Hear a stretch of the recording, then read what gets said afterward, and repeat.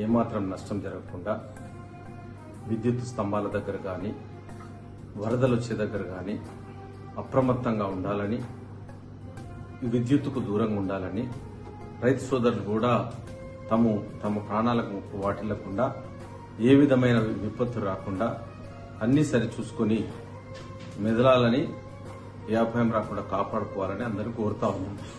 చిన్నపిల్లలు నీళ్లలో ఆడకుండా, నీటి ప్రవాహం దగ్గరికి పోకుండా, చెరువుల దగ్గరికి పోకుండా చూడండి. అదే విధంగా వృద్ధులనే వాళ్ళు కూడా ఇల్లును వదిలిపోకుండా, విపరీతమైన చలి ఉన్నది కాబట్టి కొంచెం వెచ్చగా ఉండడానికి ప్రయత్నం చేయండి. అవసరమైతే తప్పితే ఇంట్లోకెళ్ళి బయటకు రాకుండా ఇంట్లోనే ఉండడానికి ప్రయత్నం చేయండి. ఈ 3 రోజులు తీవ్ర వర్షాలు పడతాయని వాతావరణ శాఖ వాళ్ళు మనకు హెచ్చరించినారు కాబట్టి దానికి అనుగుణంగా మనం నడుచుకోవాలని అందరినీ కూడా విజ్ఞప్తి చేస్తాము.